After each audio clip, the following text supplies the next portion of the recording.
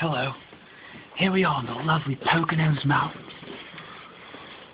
And indigenous to these parts are the snoring sloths.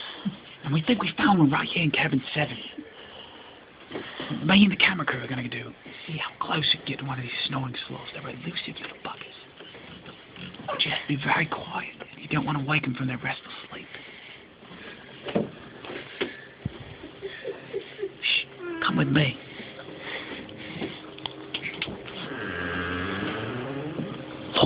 Look, there's two there. Prime specimens.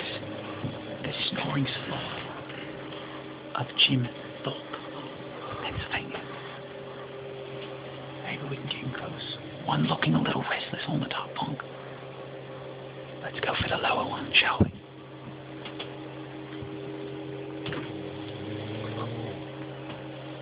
Look, beautiful specimen. This is a full-grown one right here. It's starting to twitch a little bit, which is normal for this time of year. It's very cold. But I hear something loud up in the top bunk. Be careful not to wake him.